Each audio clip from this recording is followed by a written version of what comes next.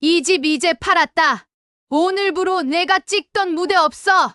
68세 시어머니 정순이 며느리 앞에서 던진 이 한마디가 모든 걸 바꿔놓았습니다. 하지만 진짜 충격적인 건 그 다음이었어요. 며느리 지은이 보여준 마지막 반전, 정말 소름 돋습니다. 처음부터 끝까지 들어보세요. 구독과 좋아요, 알림 설정 감사합니다. 40살 아들 민수가 결혼한다고 했을 때 저는 정말 기뻤어요. 엄마, 소개해드릴 사람이 있어요. 민수가 수줍게 말하더라고요. 늦은 나이에 결혼한다고 해서 걱정도 많았지만 그래도 며느리를 얻는다는 생각에 설렜어요. 처음 지은을 만났을 때 첫인상이 정말 좋았어요. 키도 크고 얼굴도 예뻤거든요. 화장도 진하지 않게 해서 단정해 보였어요. 어머님, 안녕하세요. 지은입니다. 목소리도 부드럽고 예의도 바른 것 같았어요.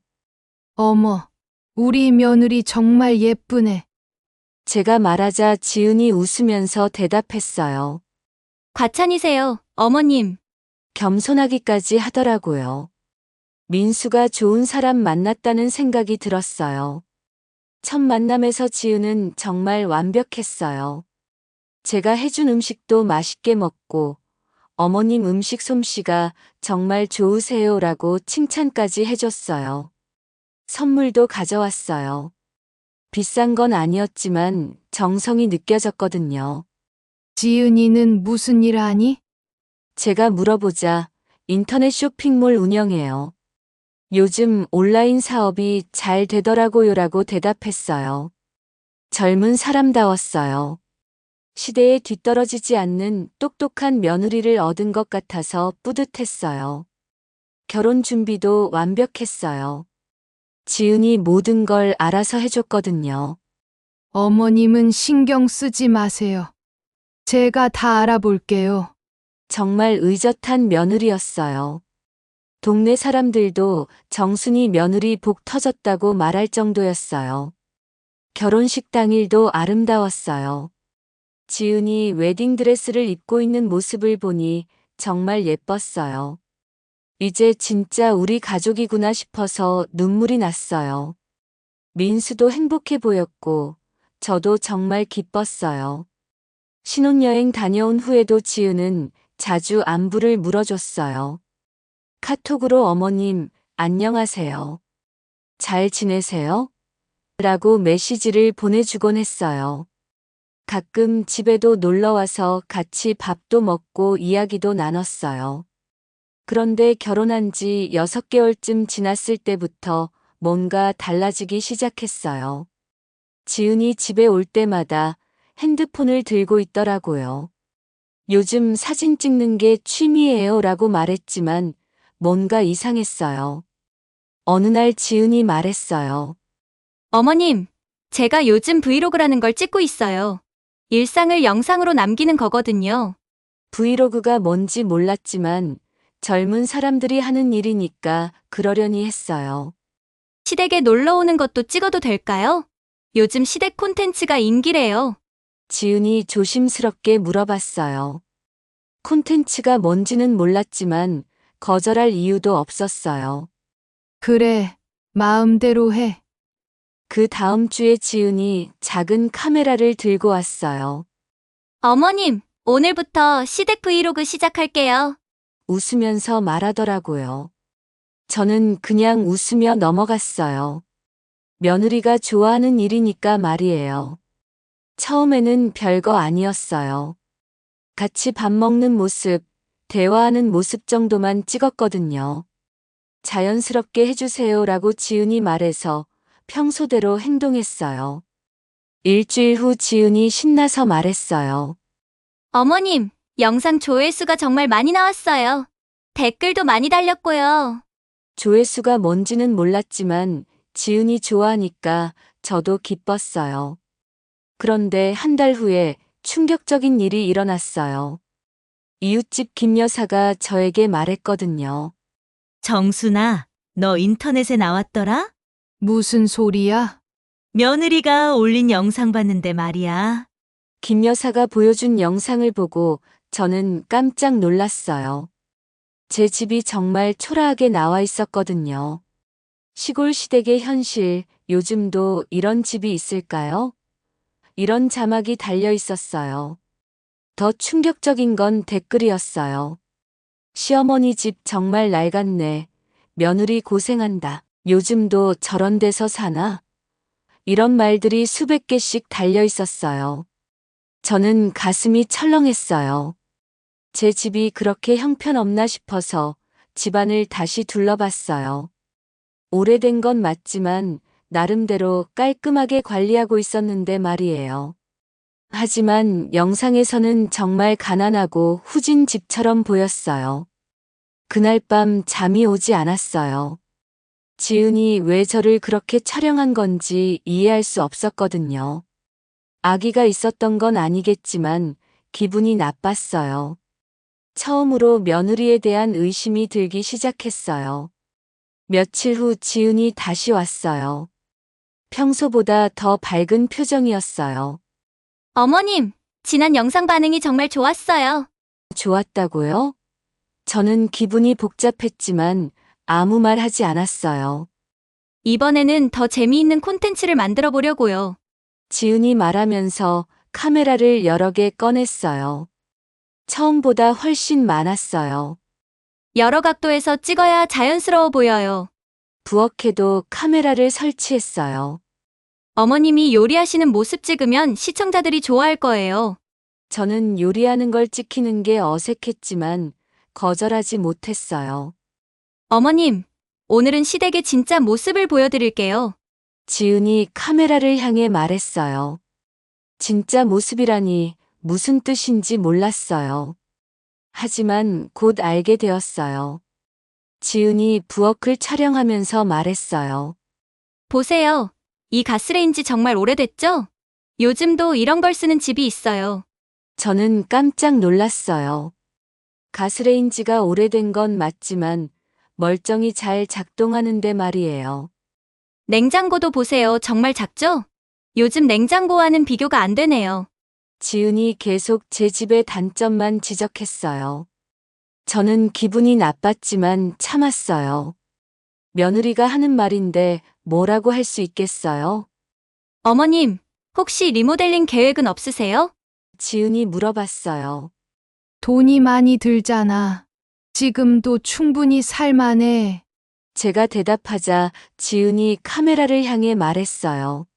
시어머니는 리모델링에 관심이 없으시네요. 그 말투가 뭔가 이상했어요. 마치 제가 구식이고 변화를 싫어하는 사람인 것처럼 들렸거든요. 하지만 지은이 웃고 있어서 기분 탓인가 싶었어요. 다음에는 거실을 촬영했어요. 이 소파 정말 오래됐죠? 디자인도 옛날 스타일이고요. 그 소파는 10년 전에 산 건데 아직 멀쩡했어요. 하지만 지은의 말을 들으니 정말 낡아 보이더라고요. TV도 작네요. 요즘은 다 대형 TV 쓰는데 지은이 혀를 찼어요. 저는 TV 크기에 신경 쓴 적이 없었는데 갑자기 우리 집이 초라해 보였어요. 점심을 해주면서도 지은이 계속 찍었어요. 어머님, 이 반찬들 다 직접 만드신 거예요? 당연하지. 시판 반찬은 안 사. 와, 정말 대단하세요. 요즘은 다 사 먹는데 처음에는 칭찬인 줄 알았어요.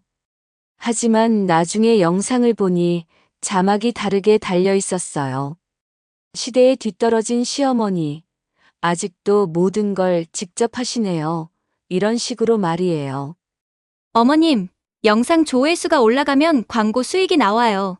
그 돈으로 집 인테리어도 바꿀 수 있고요. 지은이 설명했어요. 수익이 난다고요? 제 집을 찍어서 돈을 번다는 건가요? 그 돈은 누가 가져가는 거야? 제가 물어보자 지은이 대답했어요. 제가 촬영하고 편집하니까 당연히 제가 가져가죠. 하지만 어머님한테도 좋은 일이에요. 유명해지실 수 있거든요. 유명해진다고요? 저는 유명해지고 싶지 않았어요. 그냥 조용히 살고 싶었거든요. 하지만 지은이 워낙 열심히 하니까 말리기가 어려웠어요. 며칠 후 영상이 올라갔어요. 제목이 시댁의 충격적인 현실이었어요. 영상을 보니 정말 우리 집이 형편없어 보였어요. 지은이 편집을 어떻게 했는지 모르겠지만 정말 가난한 집 같았거든요. 댓글들이 더 심했어요. 며느리 정말 고생한다. 시댁이 너무 낙후됐네. 현대적으로 좀 바꿔주지, 이런 말들이 달려 있었어요. 저는 정말 속상했어요. 이웃들도 그 영상을 봤나 봐요. 마트에서 만난 박 여사가 말했어요. 정순아, 집 좀 고쳐야겠다. 영상 보니까 너무 오래됐더라. 저는 얼굴이 화끈거렸어요. 지은에게 말했어요. 지은아, 영상에서 우리 집이 너무 나쁘게 나온 것 같아. 어머님, 그게 자연스러운 거예요. 있는 그대로 보여드리는 거죠? 있는 그대로라고요? 하지만 분명히 과장된 부분이 있었어요. 시청자들이 리얼한 걸 좋아해요. 너무 꾸미면 가짜 같아 보이거든요. 지은이 설명했지만 저는 이해할 수 없었어요. 왜 굳이 안 좋은 면만 부각시키는 건지 말이에요. 다음에는 더 재미있는 콘텐츠 준비하고 있어요. 시댁 요리 도전 같은 거요. 지은이 신나게 말했어요. 하지만 저는 벌써 걱정이 되었어요. 또 어떻게 찍을지 모르겠더라고요. 민수에게 이야기했어요. 지은이가 우리 집을 너무 나쁘게 찍는 것 같아. 하지만 민수는 지은 편만 들었어요. 엄마, 요즘은 다 그렇게 찍어요. 너무 신경 쓰지 마세요. 그래도 댓글들이 너무 심해. 엄마, 인터넷 댓글은 원래 그래요. 신경 쓰지 마세요. 아들마저 제 편이 아니라는 게 서운했어요. 그날 밤 저는 생각했어요. 지은이 정말 저를 위해서 영상을 찍는 건지 아니면 다른 목적이 있는 건지 말이에요. 처음에는 좋은 며느리라고 생각했는데 이제는 확신이 서지 않았어요. 하지만 아직까지는 참을 만했어요. 설마 며느리가 시어머니를 나쁘게 만들려고 하겠어요? 그냥 젊은 세대의 새로운 문화일 거라고 생각했어요. 그때까지만 해도 지은의 진짜 속마음을 몰랐거든요. 추석이 다가오자 지은이 갑자기 친근하게 다가왔어요. 어머님, 이번 추석에 정말 특별한 영상 찍고 싶어요. 저는 뭔가 불길한 예감이 들었지만 아무 말 하지 않았어요. 지은은 계속해서 말했어요. 요즘 명절 콘텐츠가 정말 인기거든요. 시댁에서 며느리 혼자 일하는 거 찍으면 댓글 폭발할 거예요. 며느리 혼자 일한다고요? 저는 당황했어요. 우리 집은 그런 집이 아닌데 말이에요. 저도 항상 함께 준비하는데 왜 그런 말을 하는 걸까요? 하지만 지은의 눈빛이 너무 간절해서 거절할 수 없었어요. 추석 전날부터 지은은 카메라를 설치하기 시작했어요. 부엌 곳곳에, 거실에, 심지어 제 방 앞까지요. 자연스럽게 찍어야 진짜 같아 보여요. 지은의 말에 저는 고개를 끄덕였어요. 그게 제가 한 첫 번째 실수였어요. 추석 당일 아침, 저는 평소처럼 새벽 5시에 일어났어요. 송편을 빚고 전을 부치려고 부엌에 갔는데 지은이 이미 카메라를 켜놓고 기다리고 있었어요. 어머님, 시작하세요. 저는 잠깐 화장실 다녀올게요. 그러고는 사라져 버렸어요. 저는 혼자서 송편을 빚기 시작했어요. 무릎이 아파서 자꾸 앉았다 일어났다 했는데 카메라가 그 모습을 다 찍고 있더라고요. 1시간이 지나도 지은은 오지 않았어요. 저는 계속 혼자서 일했어요. 허리가 아파서 펴지지 않았지만 참았어요. 전을 부칠 때도 마찬가지였어요. 기름이 튀어서 화상을 입을 뻔했는데도 지은은 나타나지 않았어요. 저는 점점 화가 났지만 꾹 참았어요. 며느리가 도와주러 올 거라고 생각했거든요. 하지만 점심때까지 지은은 보이지 않았어요. 오후에 친척들이 오기 시작했어요. 그제서야 지은이 나타났어요. 화장을 하고 예쁜 옷을 입고 말이에요. 어머님, 고생 많으셨어요. 하면서 웃더라고요. 저는 어이가 없었지만 친척들 앞에서 뭐라고 할 수 없었어요. 저녁에 친척들이 돌아간 후 지은이 말했어요. 어머님, 오늘 정말 좋은 영상 나올 것 같아요. 시어머니가 혼자 고생하는 모습이 너무 리얼하게 나왔어요. 저는 깜짝 놀랐어요. 혼자 고생하는 모습이라고요?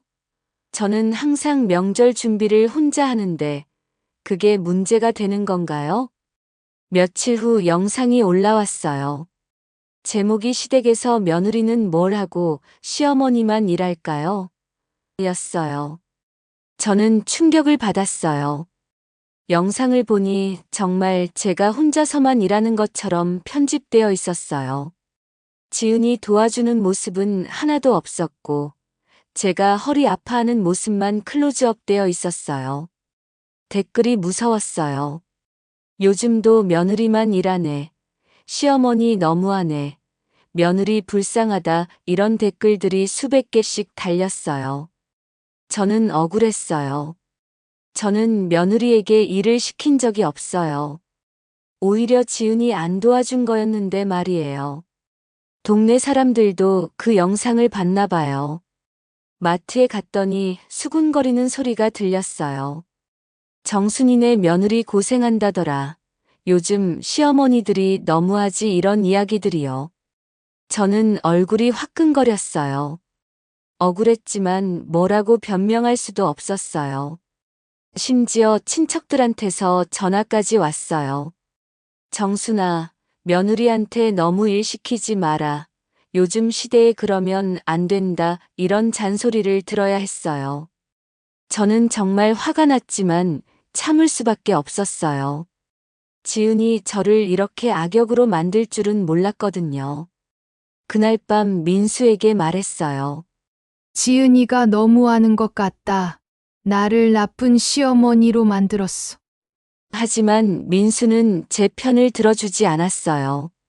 엄마, 요즘은 그런 콘텐츠가 인기래요. 너무 예민하게 받아들이지 마세요. 저는 아들마저 제 편이 아니라는 게 더 슬퍼져요. 그날부터 저는 동네에서 욕을 먹기 시작했어요. 며느리를 괴롭히는 나쁜 시어머니라는 소문이 돌았거든요.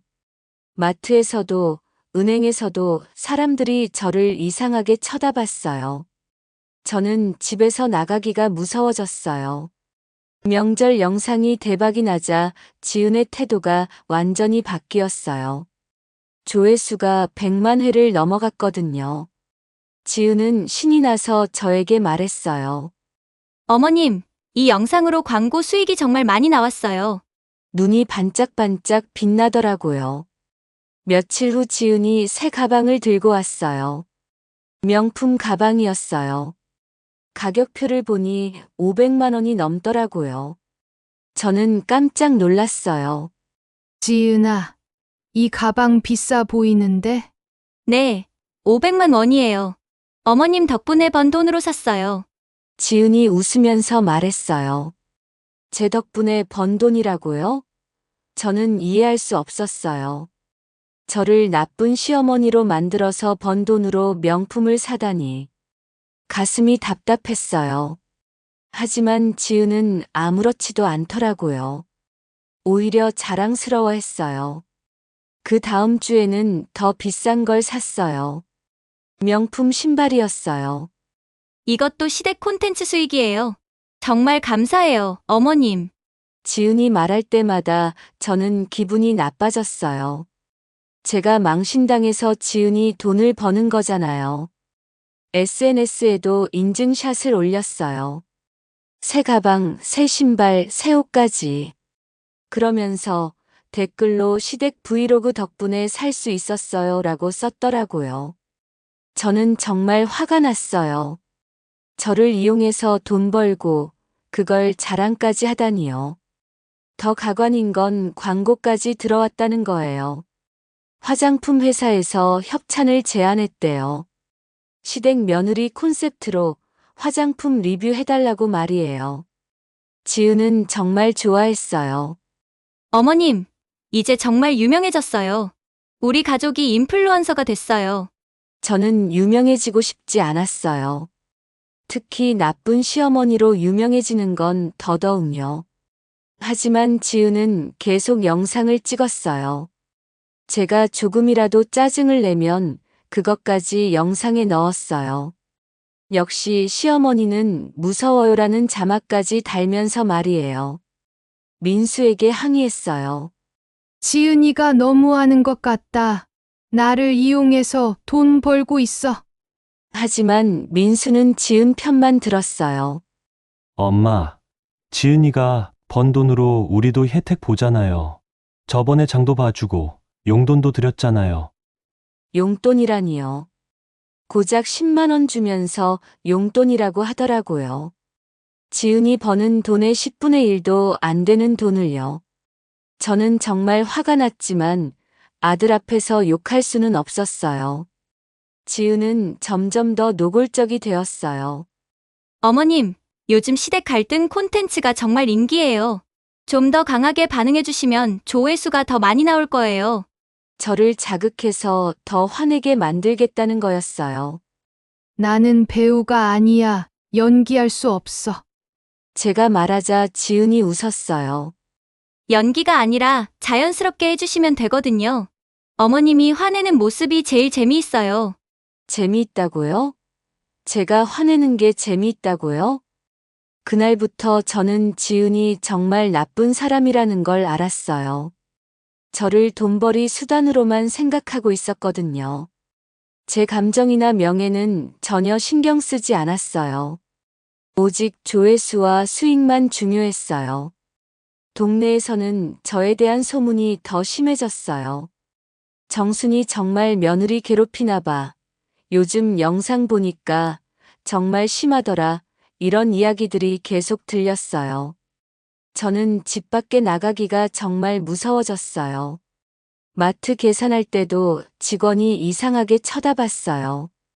분명히 제 영상을 본 것 같았어요. 은행에서도 병원에서도 마찬가지였어요. 저는 이 동네에서 유명한 나쁜 시어머니가 되어버렸어요. 그런데 지은은 전혀 미안해하지 않았어요. 오히려 더 많은 콘텐츠를 만들고 싶어 했어요. 어머님, 이제 구독자가 10만 명이 넘었어요. 실버 버튼 받을 수 있어요. 자랑스럽게 말하더라고요. 10만 명이 저를 나쁜 시어머니라고 생각하고 있다는 뜻이었어요.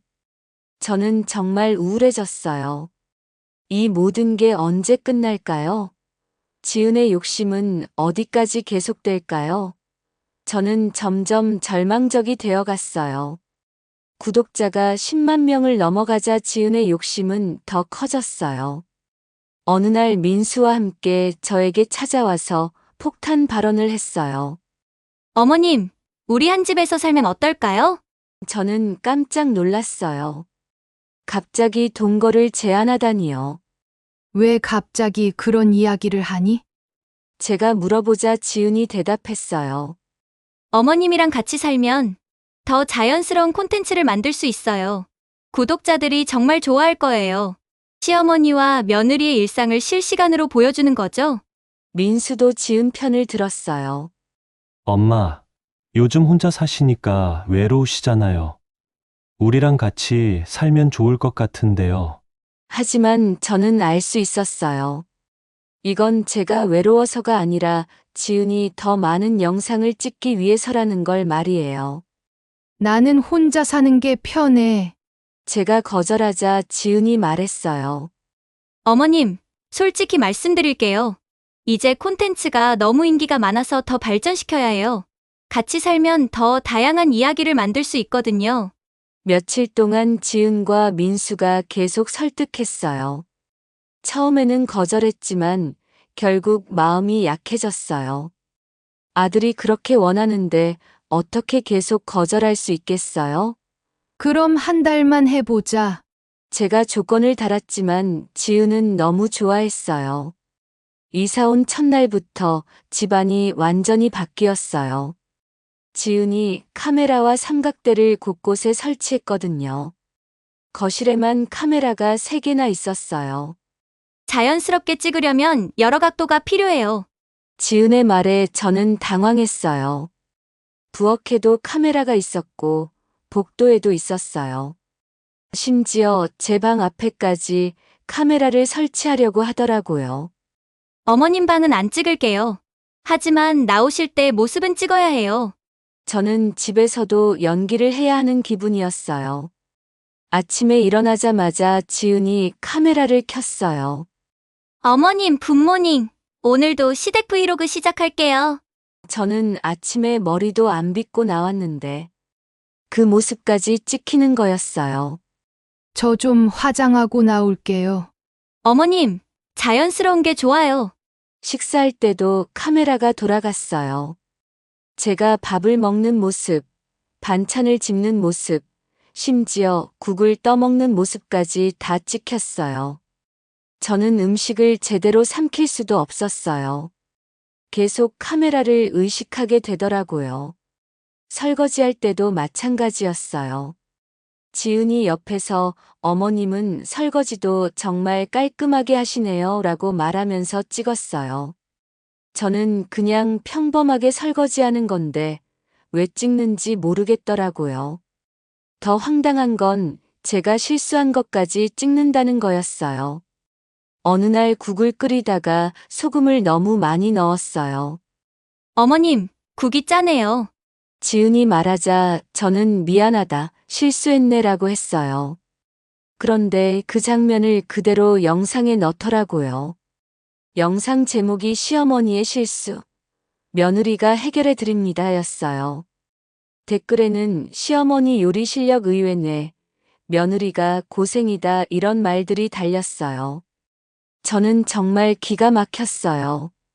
제 실수까지 콘텐츠로 만들다니요. 청소할 때도 찍었어요. 제가 무릎을 꿇고 바닥을 닦는 모습을 클로즈업해서 찍었어요. 어머님, 무릎 아프시면 걸레질은 제가 할게요. 지은이 착한 며느리인 척 연기하더라고요. 하지만 카메라가 꺼지면 전혀 도와주지 않았어요. 세탁기 돌리는 것도 찍었어요. 시어머니는 빨래도 이렇게 분류해서 하시는군요.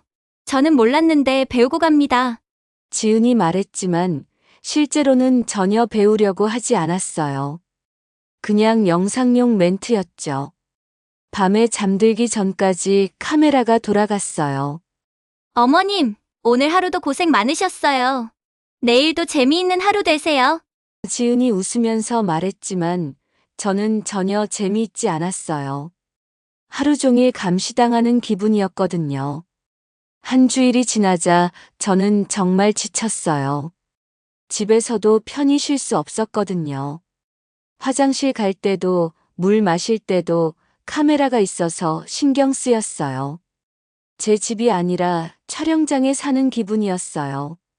그런데 지은은 더 많은 걸 원했어요. 어머님, 시청자들이 어머님 방도 보고 싶어 해요. 방 투어 영상 찍어도 될까요? 저는 거절했어요. 내 방만큼은 안 돼.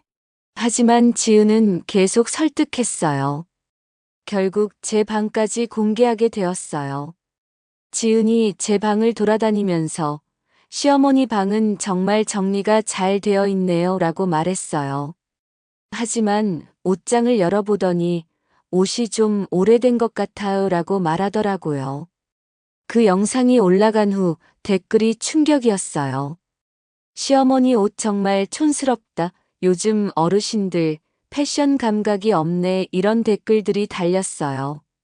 저는 정말 상처받았어요. 제 사생활까지 조롱거리가 된 거잖아요. 더 심한 건 제가 TV 보는 모습까지 찍었다는 거예요. 저는 평소에 트로트 프로그램을 좋아해요. 그 모습을 찍어서 시어머니 취향은 역시 트로트네요 라고 자막을 달았더라고요. 댓글에는 꼰대 시어머니, 시대에 뒤떨어졌네 이런 말들이 나왔어요. 한 달이 다 되어가자 저는 한계에 도달했어요. 더 이상 이렇게 살 수 없었어요. 제 모든 일상이 다른 사람들의 구경거리가 되어버렸거든요. 지은에게 말했어요. 이제 그만하자. 나는 더 이상 못하겠어. 하지만 지은은 어머님, 이제 막 재미있어지는데요. 구독자도 계속 늘고 있고 수익도 정말 좋아요라고 말했어요. 저는 정말 화가 났어요. 제가 힘들어하는데도 돈 이야기만 하다니요. 더 이상 참을 수 없었어요. 지은이 제 인생을 완전히 망쳐놓고 있었거든요. 하지만 직접 맞서기에는 너무 교묘했어요. 그래서 저는 다른 방법을 생각했어요.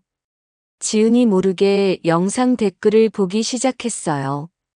컴퓨터를 켜고 유튜브에 들어갔어요. 제 모습이 나오는 영상들을 하나씩 봤어요. 정말 충격적이었어요.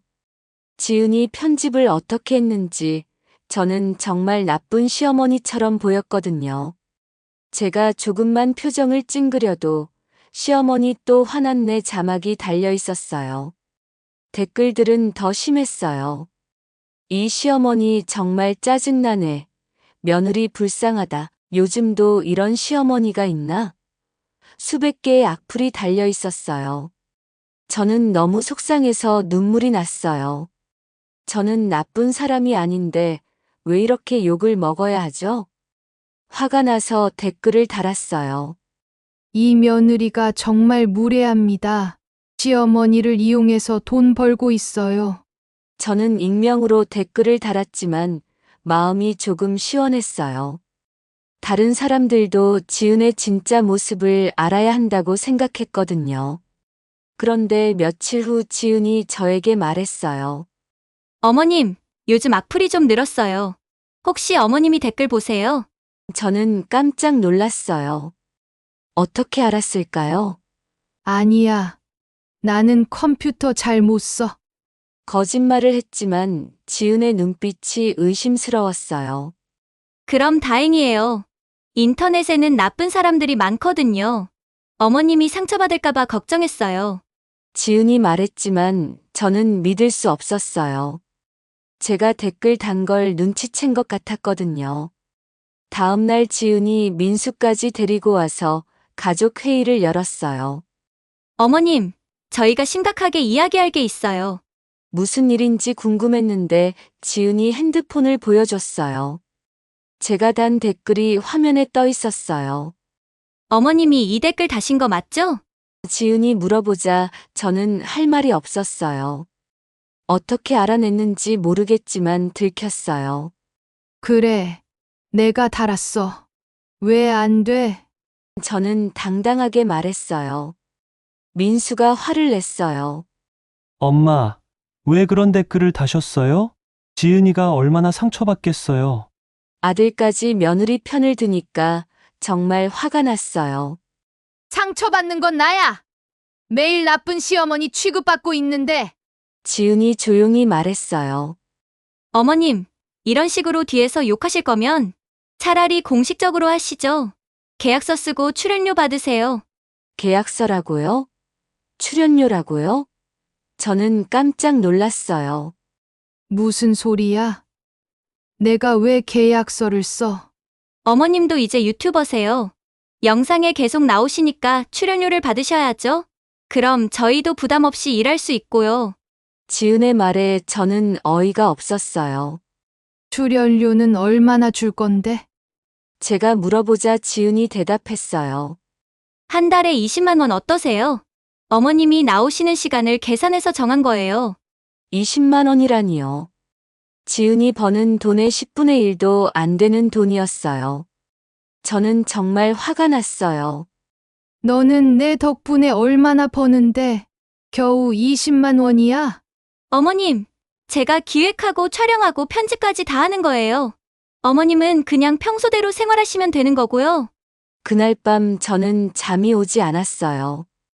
계속 생각해 봤어요. 지은이 저를 완전히 우롱하고 있다는 걸 알았거든요. 저를 돈벌이 수단으로만 생각하고 제 감정이나 명예는 전혀 신경 쓰지 않았어요. 다음 날 저는 결심했어요. 그래, 나도 당하고만 있지 않겠다. 지은이 계약서 이야기를 했으니 저도 법적으로 대응하기로 했어요. 변호사 사무실에 전화를 걸었어요. 변호사를 만나서 상황을 설명했어요. 제 동의 없이 영상을 찍고 편집해서 저를 나쁘게 만들었다고 말이에요. 변호사가 말했어요. 초상권 침해와 명예훼손으로 고소할 수 있습니다. 그리고 집 소유권도 확인해 봐야겠네요. 집 소유권이요? 저는 깜짝 놀랐어요. 집이 어머님 명의죠? 그럼요. 내 집인데요. 그럼 언제든지 나가라고 하실 수 있어요. 임대차 계약도 없으니까요.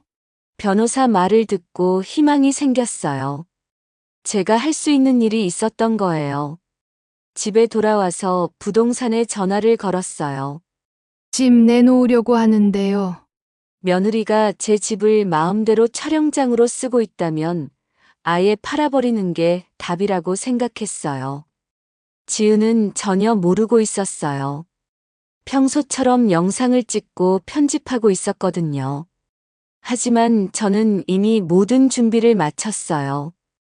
변호사도 만났고 집도 내놨어요. 이제 지은에게 마지막 한 방을 날릴 준비가 되었어요.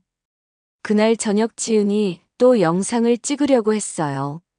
어머님, 오늘은 시어머니의 비밀 레시피 공개할게요. 하지만 저는 더 이상 참을 수 없었어요. 카메라 앞에서 폭탄 선언을 할 준비가 되어 있었거든요. 그날 저녁 지은이 평소처럼 카메라를 켜고 말했어요. 어머님, 오늘은 시어머니의 특별한 요리 비법을 공개할게요. 웃는 얼굴로 말했지만 저는 더 이상 웃을 수 없었어요. 이제 끝낼 때가 됐다고 생각했거든요. 저는 카메라를 정면으로 바라보고 말했어요. 지은아, 영상 끄자. 어머님, 왜요? 오늘 콘텐츠 정말 좋을 것 같은데요. 지은이 당황하면서 말했어요. 하지만 저는 이미 결심한 상태였어요. 안 끌 거야? 그럼 내가 말할게. 저는 카메라를 향해 천천히 말하기 시작했어요. 여러분, 안녕하세요. 저는 이 채널에 나오는 시어머니 정순입니다. 지은의 얼굴이 창백해졌어요. 그동안 제가 나쁜 시어머니로 나왔죠. 며느리를 괴롭히는 시어머니로 말이에요. 하지만 진실은 다릅니다. 저는 계속 말했어요. 지은이 카메라를 끄려고 했지만 제가 막았어요. 이 며느리는 저를 이용해서 돈을 벌고 있어요. 저를 나쁘게 편집해서 동정을 받고 그걸로 광고비를 받고 있어요. 심지어 제 동의도 없이 제 사생활을 다 공개했어요. 지은이 어머님, 그만해요. 소리쳤지만 저는 멈추지 않았어요. 그리고 오늘 여러분께 중요한 발표가 있어요. 저는 부동산 계약서를 꺼내 들었어요. 이 집을 팔았습니다. 계약 완료됐어요. 다음 주에 새 주인이 들어와요. 지은이 깜짝 놀라며 소리쳤어요. 어머님, 무슨 소리예요? 갑자기 집을 팔다뇨. 내 집이니까 내 마음대로 하는 거야. 더 이상 내 집을 내 돈벌이 수단으로 쓸 수 없어. 민수가 급하게 들어왔어요. 지은이 전화했나 봐요. 엄마, 집을 팔았다고요? 진짜예요? 응, 진짜야. 계약금도 받았어. 저는 통장을 보여줬어요. 엄마, 왜 상의도 없이 그런 일을? 민수가 화를 내자 저는 대답했어요. 상해. 너희가 언제 나한테 상의했니? 내 집을 촬영장으로 쓸 때 상의했어? 나를 나쁜 시어머니로 만들 때 상의했어? 지은이 울기 시작했어요. 어머님, 그럼 저희는 어떻게 해요? 갑자기 나가라고 하시면 어디 가서 살아요? 그건 내가 알아서 해. 나는 더 이상 신경 안 써. 그럼 채널은 어떻게 해요? 구독자들이 기다리고 있어요. 지은이 절박하게 말했어요. 하지만 저는 냉정하게 대답했어요. 그것도 내가 알아서 해. 나는 더 이상 내 콘텐츠에 안 나와. 민수가 무릎을 꿇었어요.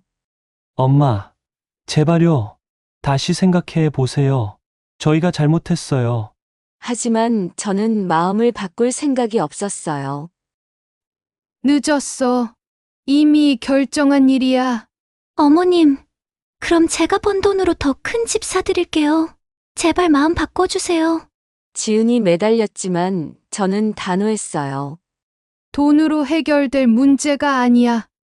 너는 내 명예를 망쳤어. 그날 밤 지은과 민수는 계속 설득했어요. 하지만 저는 흔들리지 않았어요. 이미 모든 걸 결정했거든요. 새로 이사할 집도 알아봤고, 짐도 정리할 준비가 되어 있었어요. 일주일 후 정말로 새 주인이 왔어요. 지은과 민수는 급하게 이사할 집을 찾아야 했어요. 지은이 마지막으로 말했어요. 어머님, 정말 후회하실 거예요. 저희 채널이 얼마나 성공할 수 있었는지 몰라요. 후회. 나는 전혀 후회 안 해. 오히려 이제야 속이 시원해. 저는 당당하게 말했어요. 지은의 표정이 일그러졌지만 더 이상 신경 쓰지 않았어요. 마지막 영상에서 지은이 눈물을 흘리며 말했어요. 시어머니가 갑자기 집을 팔아버려서 저희는 이사를 가게 됐어요. 정말 갑작스러운 일이었어요. 마치 자기가 피해자인 것처럼 연기하더라고요. 댓글에는 시어머니 너무하다, 며느리 불쌍해 이런 말들이 달렸어요. 하지만 저는 더 이상 신경 쓰지 않았어요. 제 인생에서 지은을 완전히 차단했거든요. 작은 아파트로 이사한 후 저는 정말 편안했어요. 카메라도 없고 연기할 필요도 없었어요. 그냥 제 마음대로 살 수 있었어요. 친구들도 잘했다고 말해줬어요. 이사한 지 3개월이 지났어요. 저는 평화로운 일상을 보내고 있었어요. 가끔 지은의 채널이 어떻게 되었나 궁금했지만 굳이 찾아보지는 않았어요. 이제 그런 일들과는 무관한 삶을 살고 싶었거든요. 그런데 어느 날 동네 마트에서 깜짝 놀랄 일이 생겼어요. 계산하는데 직원이 저를 보더니 유튜브에 나오시는 분 아니세요? 하고 물어보더라고요. 저는 당황했어요. 아니에요. 잘못 보신 것 같아요. 하지만 직원은 확신하는 것 같았어요. 아니에요. 분명해요. 요즘 정말 유명하세요. 유명하다고요? 저는 이미 채널에서 나왔는데 무슨 소리인지 몰랐어요. 집에 와서 궁금해서 유튜브를 켜봤어요. 지은의 채널을 검색했는데 깜짝 놀랐어요. 구독자가 100만 명을 넘어가 있었거든요. 3개월 전에는 10만 명이었는데 말이에요. 최신 영상을 봤는데 제목이 충격적이었어요. 시어머니에게 쫓겨난 며느리의 자립기였어요. 영상을 보니 지은이 완전히 새로운 콘셉트로 바꾼 거였어요. 이제는 자기가 피해자라고 주장하고 있었어요. 시어머니가 갑자기 집을 팔아서 저희는 길거리로 나앉을 뻔했어요. 지은이 눈물을 흘리며 말했어요. 하지만 포기하지 않고 새로운 시작을 하기로 했어요. 더 충격적인 건 새로운 집에서 혼자 사는 모습을 보여주고 있다는 거였어요. 민수는 어디 갔는지 보이지 않았어요. 남편과도 헤어졌어요. 시어머니 문제로 계속 싸우다 보니 관계가 틀어졌거든요. 댓글들이 폭발하고 있었어요. 며느리 혼자 고생한다. 시어머니 정말 나쁘다. 며느리 화이팅. 이런 응원 댓글들이 수만 개씩 달려 있었어요. 다른 영상들도 봤는데 모두 비슷한 내용이었어요. 시어머니 때문에 고생한 며느리의 새로운 인생, 악독한 시어머니로부터 벗어나기 이런 제목들이었어요. 제가 완전히 악역이 되어 있었어요. 더 가관인 건 다른 유튜버들과 콜라보까지 하고 있다는 거였어요. 시댁 갈등 경험담, 독한 시어머니 대처법 이런 주제로 방송을 하고 있었어요. 지은이 마치 전문가처럼 조언을 해주더라고요. 광고도 엄청 많이 달려 있었어요. 화장품, 의류, 심지어 부동산 광고까지. 지은이 저 때문에 고생했다는 스토리로 완전히 새로운 사업을 시작한 거였어요. 라이브 방송도 하고 있었어요. 시청자들이 질문하면 지은이 대답해주는 형식이었어요. 시어머니가 정말 나쁜 사람이었나요? 네, 정말 힘들었어요. 매일 감시당하는 기분이었어요. 거짓말이었어요. 감시당한 건 저였지 지은이 아니었거든요. 하지만 시청자들은 지은의 말을 그대로 믿고 있었어요. 며느리가 얼마나 고생했을까? 시어머니 정말 독하다 이런 댓글들만 올라왔어요. 책까지 냈더라고요. 독한 시어머니와 살아남기라는 제목으로 전자책을 판매하고 있었어요. 베스트셀러 1위에 올라가 있었어요. 저는 정말 어이가 없었어요. 인터뷰 기사도 나와 있었어요. 시어머니 갈등으로 고생한 며느리, 유튜브로 새 인생 시작 이런 제목으로 말이에요. 지은이 마치 영웅처럼 포장되어 있었어요. 심지어 TV 프로그램에도 출연했더라고요. 토크쇼에서 자기 경험담을 이야기하고 있었어요. 시어머니가 정말 무서웠어요. 매일 카메라로 저를 감시했거든요. 완전히 사실을 뒤바꿔서 말하고 있었어요. 더 충격적인 건 다른 며느리들한테 컨설팅까지 해주고 있다는 거였어요. 시어머니와 갈등 상담, 독한 시어머니 대처법 강의 이런 걸 유료로 판매하고 있었어요. 저는 정말 기가 막혔어요. 지은이 저를 악역으로 만들어서 더 큰 성공을 거둔 거였어요. 제가 집을 팔고 나간 게 오히려 지은에게는 더 좋은 콘텐츠가 된 거였죠. 마지막 영상에서 지은이 카메라를 보며 말했어요. 시어머니 덕분에 저는 이렇게 성공할 수 있었어요. 나쁜 일도 잘 활용하면 기회가 된다는 걸 배웠어요. 감사해요, 어머님. 그 미소를 보는 순간 저는 알았어요. 지은이 처음부터 계획한 일이었다는 걸 말이에요. 저를 이용해서 유명해지고 그 다음에는 피해자 코스프레로 더 큰 성공을 거두려고 했던 거였어요. 저는 한숨을 쉬며 컴퓨터를 껐어요. 역시 내가 상대할 만한 사람이 아니었구나. 지은은 정말 무서운 사람이었어요. 사람의 마음을 조종하고 상황을 자기에게 유리하게 만드는 천재였어요. 하지만 저는 후회하지 않았어요. 적어도 지금은 평화롭게 살고 있으니까요. 지은이 성공하든 말든 상관없었어요. 저는 제 인생을 되찾았거든요. 창문 밖을 보니 햇살이 따뜻했어요. 저는 차 한 잔을 타서 베란다에 앉았어요. 카메라도 없고 연기할 필요도 없는 평범한 일상이 이렇게 소중한 줄 몰랐어요. 지은은 여전히 어딘가에서 새로운 콘텐츠를 만들고 있겠지만 그건 더 이상 제 이야기가 아니었어요.